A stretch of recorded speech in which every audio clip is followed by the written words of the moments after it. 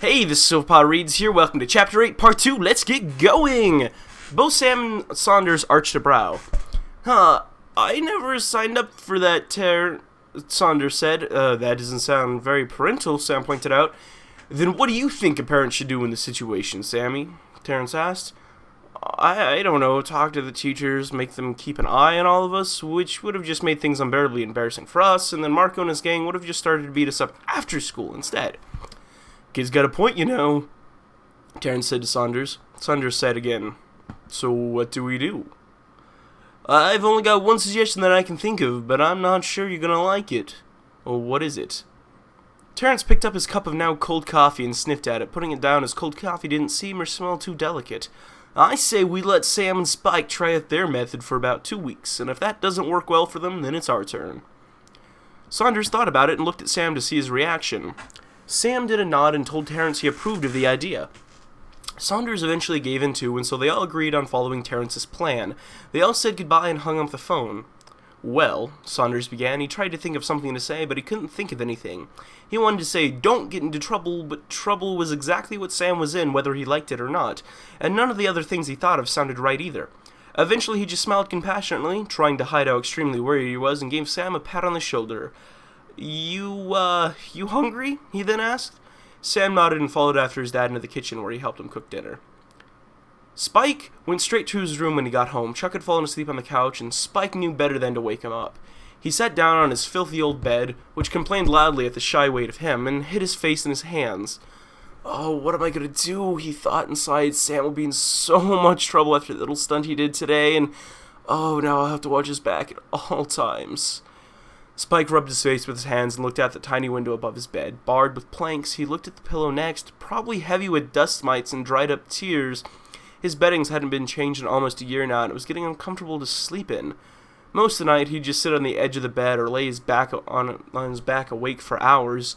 Spike had trouble sleeping. He'd never gotten used to the sounds of the house, thinking each little creak was the sound of his uncle walking toward his room.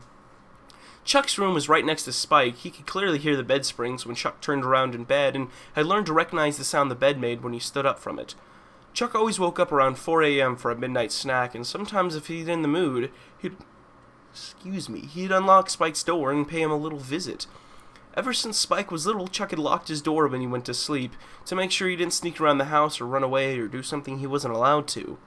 Even though he knew Spike was an obedient boy, he never completely trusted him.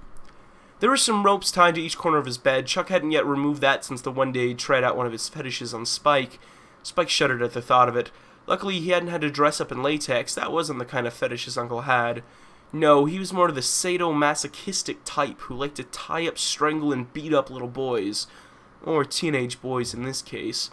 But there was one odd thing Spike had noticed about his uncle. Spike had once read an article in the newspaper about pedophiles. This was the word Spike had never heard before, but after reading what it meant and what those men had done to little children, he was certain this is what his uncle was. In the article, however, a convicted man had been found with loads of pictures and videos of young, naked children in his possession. But the odd thing he noticed about Chuck was that he'd never once seen him look at pictures of other boys. No kiddie porn, no photos, nothing. He found this a bit strange and also disturbing in a way. Chuck wasn't your average stereotype pedophile. He was something more than that, something worse, and that thought scared Spike. Part of him was also relieved by reading articles about the rapes of other young boys. It meant he wasn't the only one, like he'd been mistakenly thinking for so long. For once in his lifetime, he'd felt a little less abnormal. Spike sniffed the blood on his shirt. It didn't smell awful like he'd first expected, but it smelled of Marco, and Spike hated that. He went to his closet and looked through whatever little of clothes he had in there, pulling out a new baggy and dark blue t-shirt. He quickly changed into it and inhaled the scent of clean. Although it wasn't the fresh smell of conditioner, it simply smelled like it hadn't been used. His jeans were dirty as well, but he hadn't gotten any other jeans washed yet, so he'd just have to wear them for probably another week. Spike's clothes were last priority when it came to doing the laundry, which Chuck always did because he was worried that Spike would just mess up and ruin all their clothes, and he would never buy new ones unless it was absolutely necessary. A sound was soon heard coming from the living room. It sounded like Chuck was waking up. He grunted loudly, shuffled in the kitchen, and opened the fridge. Spike gently opened the door to his room and exited. "I'm home, sir," he said carefully when he reached the kitchen. Chuck looked at him once over his shoulder, then he closed the door to the fridge and smiled eerily as he turned around and walked towards Spike. "You're late," he said, though not in an angry voice, then surprisingly said, "I'm glad you finally came home." He walked closer to Spike, who started backing towards the nearest wall. "Why do you look so surprised, kid?" Chuck said. Spike's back hit the wall. Chuck took advantage of the fact that Spike couldn't go any further, leaned his arms against the wall on each side of Spike's head, and looked him straight in the eye. Then he sighed, "Still green," and laughed mockingly. He leaned his face a little closer to Spike's face and eyed him carefully. "I kinda missed you today," he said. "I've been thinking a lot about you." He's about to lean even further and give Spike a wet kiss when he suddenly got aware of the bruises and wounds on Spike's face and elsewhere. Bruises and wounds that weren't caused by him. "Who did this?" Chuck roared. I got in a fight today, sir," Spike explained carefully. "A fight, huh? Where?" Chuck lettered him. "You're not seeing someone else, are you?" "Seeing someone? What do you mean?" Spike carefully asked. Chuck slammed his fist into the wall and shouted, "Don't act stupid! Are you seeing another man? Someone other than me? Are you?" No, sir," Spike replied immediately. He was confused what on earth Chuck was talking about. Why would Spike voluntarily seek out other men, grown-up men in general? "Good," Chuck said calmer, "because if you were, I'd kill them." Chuck said dead serious, "and then you afterwards. Get that?" Spike nodded. "Yes, sir." "Good boy," Chuck smiled and gently stroked Spike's cheeks with his bony fingers. "Now get down to the basement. I've got a surprise for you."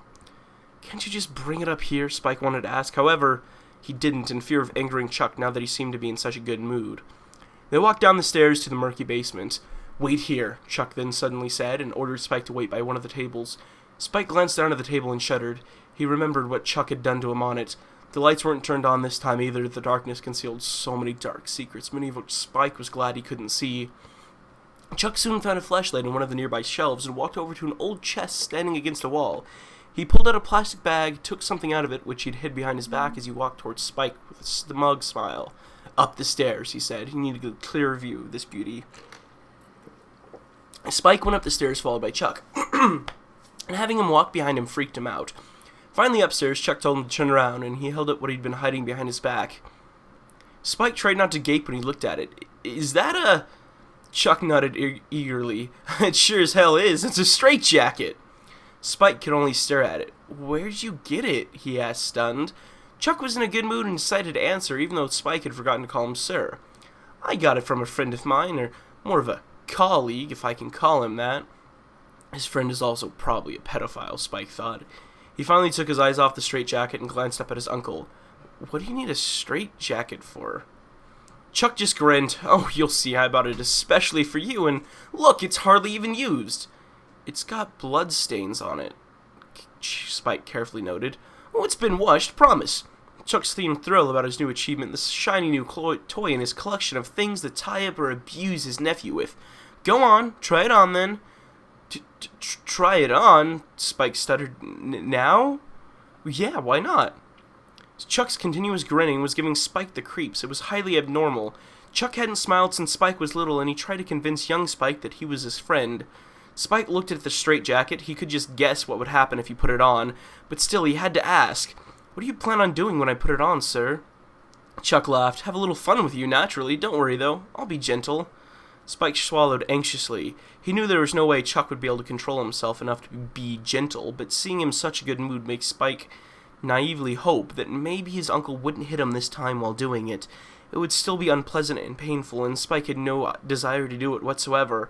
Besides, the way he looked at himself, he was just trash anyways. Worthless trash that deserved this sort of treatment. So why bother refusing anymore? Spike was trying not to shiver as he carefully but quickly got the jacket on. Chuck helped him tie the long sleeves tight around his body, then he gently grabbed Spike's arm and whispered in his ear, "Good boy, now let's go to your room and have some fun."